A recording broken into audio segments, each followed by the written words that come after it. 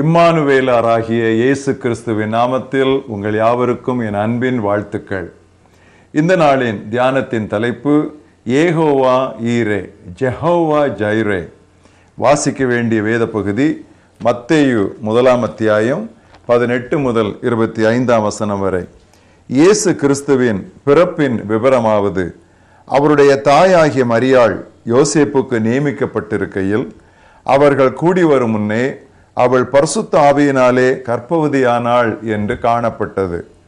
அவள் புருஷனாகிய யோசேப்பு நீதிமானாயிருந்து அவளை அவமானப்படுத்த மனதில்லாமல் இரகசியமாய் அவளை தள்ளிவிட யோசனையாயிருந்தான்.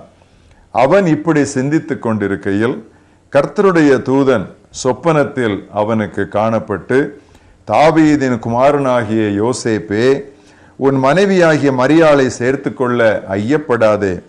அவளிடத்தில் உற்பத்தியாயிருக்கிறது பரிசுத்த ஆவியினால் உண்டானது. அவள் ஒரு குமாரனை பெறுவாள். அவருக்கு இயேசு என்று பெயரிடுவாயாக. ஏனெனில் அவர் தமது ஜனங்களின் பாவங்களை நீக்கி அவர்களை இரட்சிப்பார் என்றான். தீர்க்கதரிசியின் மூலமாய் கர்த்தராலே உரைக்கப்பட்டது நிறைவேறும்படி இதெல்லாம் நடந்தது. அவன், இதோ ஒரு கன்னிகை கர்ப்பவதியாகி ஒரு குமாரனை பெறுவாள். அவருக்கு இம்மானுவேல் என்று பெயரிடுவார்கள் என்று சொன்னான். இம்மானுவேல் என்பதற்கு தேவன் நம்மோடு இருக்கிறார் என்று அர்த்தமாம். யோசேப்பு நித்திரை தெளிந்து எழுந்து கர்த்தருடைய தூதன் தனக்கு கட்டளையிட்டபடியே தன் மனைவியை சேர்த்து கொண்டு, அவள் தனது முதற்பேரான குமாரனை பெருமளவும் அவளை அறியாதிருந்து அவருக்கு இயேசு என்று பெயரிட்டான். இன்றைய மனப்பாட வசனம் வாசித்த பகுதியில் 23வது வசனம், மத்தேயு 1:23. அவருக்கு இம்மானுவேல் என்று பெயரிடுவார்கள். இம்மானுவேல் என்றால் கடவுள் நம்மோடு இருக்கிறார் என்று பொருள். They shall call his name Emmanuel. Emmanuel means God is with us. இந்த உலகிலே பயப்படாதவர் எவருமே கிடையாது. எல்லாருமே பயப்படுகிறோம். இயேசு மனு உருவெடுத்தது தேவ மக்களுக்கு தேவ பிரசன்னத்தை கொண்டு வந்தது. இம்மானுவேல், இறைவன் நம்மோடு இருக்கிறார். இதை எபிரேயர் 13 அத்தியாயம் 6 வசனத்திலே நாம் வாசிக்கிறோம். அதனாலே நாம் தைரியம் கொண்டு, கர்த்தர் எனக்கு சகாயர், நான் பயப்படேன், மனுஷன் எனக்கு என்ன செய்வான் என்று சொல்லலாமே. ஏனென்றால் அவர் சொல்லியிருக்கிறார், நான் உன்னை விட்டு விலகுவதும் இல்லை, உன்னை கைவிடுவதும் இல்லை என்று அவர் சொல்லியிருக்கிறாரே என்று இருக்கிறது. யெகோவாவின் 7 உடன்படிக்கை நாமங்களில் வெளிப்படுத்தப்பட்ட மீட்பின் ஆசீர்வாதங்களே நமது பயங்களுக்கு மாற்று மருந்தாகும். இவை ஒவ்வொன்றும் கிறிஸ்துவின் பிறப்பை ஒட்டிய சம்பவங்களில் பிரதிபலிக்கின்றது.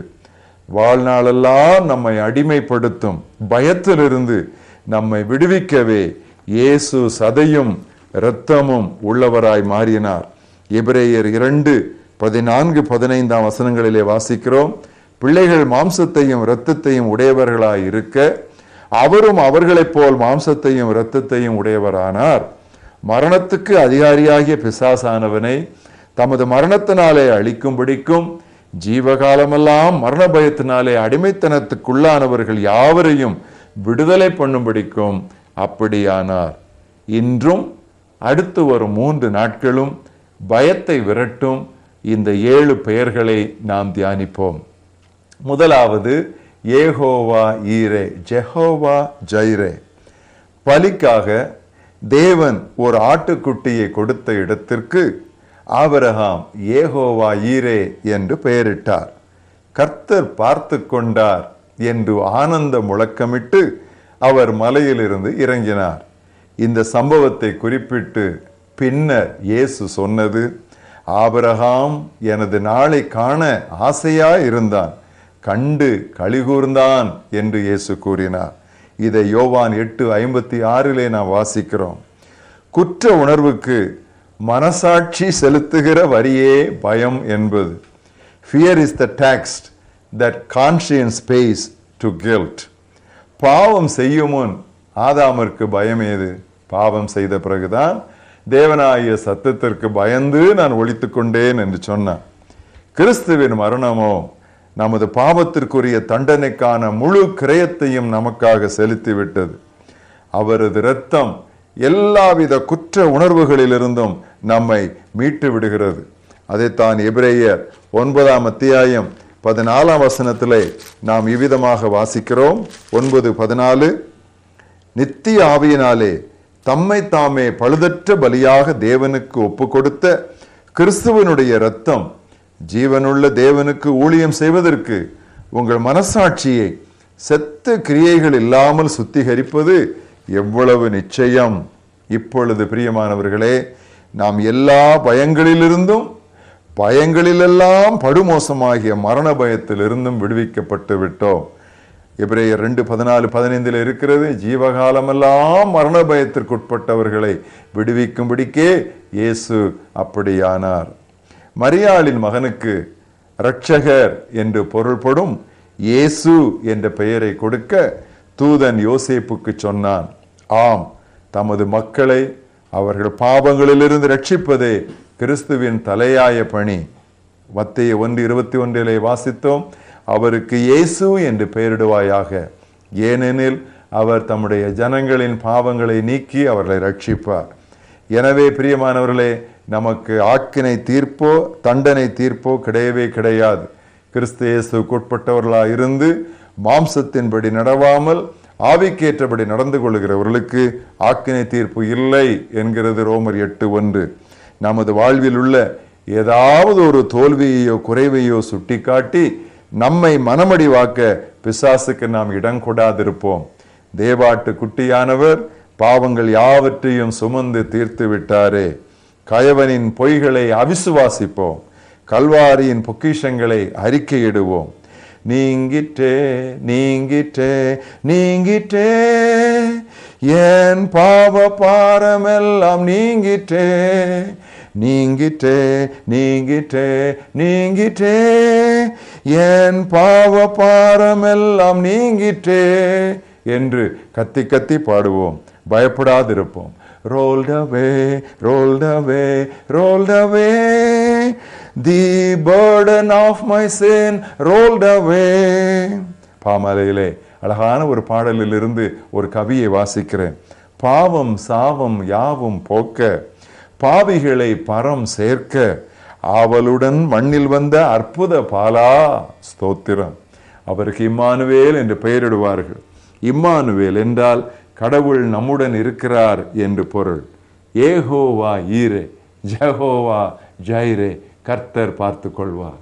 எங்கள் மகாபிரிய தேவனே, உம்முடைய குமாரனாய் இயேசு கிறிஸ்துவனுடைய பிறப்பை மிகவும் சிறப்பாக நினைவு கூறுகிற இந்த மாதத்திற்காக நாங்கள் நன்றி சொல்லுகிறோம். இந்த மாதத்திலே ஆண்டவரே, நீர் எங்களுக்கு தருகிற இந்த நல்ல தியானங்களுக்காக நாங்கள் உம்மை துதிக்கிறோம். கர்த்தாவே, உம்முடைய மீட்பின் நாமங்களின் அடிப்படையிலே உம்முடைய குமாரனாய் இயேசு கிறிஸ்துவினுடைய பிறப்பிலே வெளிப்பட்ட பயத்திற்கு எதிரான காரியங்களுக்காக நாங்கள் உமக்கு நன்றி சொல்லுகிறோம். கர்த்தர் பார்த்து கொள்வீர். கர்த்தர் எங்களுக்கு சகாயர். நாங்கள் யாருக்கு பயப்பட வேண்டும்? கர்த்தர் இம்மானுவேல் எங்களோடையே இருந்து எங்களுடைய காரியங்களை அவர் கவனித்துக் கொள்கிறார். ஏகோவா ஈரே, நாங்கள் ஏன் பயப்பட வேண்டும்? ஆண்டவரே, கிறிஸ்துமஸ் நற்செய்தி எங்களுக்கு கொண்டு வருகிற இந்த குதூகலமான, இந்த ஆச்சரியமான, ஆசீர்வாதமான, விடுதலையான செய்திக்காக நாங்கள் நன்றி சொல்லுகிறோம். பயப்பட தேவையில்லை. இனி நாங்கள் பயப்பட தேவையில்லை. ஜீவகாலமெல்லாம் மரண பயத்தில் இருக்கிறவர்களை விடுதலையாக்கும்படி தானே உடைய குமாரன் இரத்தமும் சதையும் உடையவராய் எங்களைப் போல வந்தார். அதற்காக நாங்கள் நம்மை துதிக்கிறோம். அவர் எங்களோடு இருக்கிற இம்மானுவேலராய் இருக்கிறாரே, நாங்கள் நன்றி சொல்லுகிறோம். தினமும் அதை நினைவுபடுத்திக் கொள்ள, சாத்தானுடைய பொய்களுக்கு நாங்கள் இல்லை என்று சொல்லி உம்முடைய வார்த்தை சொல்கிற சத்தியங்களுக்கு ஆமேன் என்று தலையசைக்க உதவி தாரும். இயேசு கிறிஸ்துவின் நாமத்தில் உம்மை துதிக்கிறோம் எங்கள் ஜீவனுள்ள பிதாவே, ஆமேன்.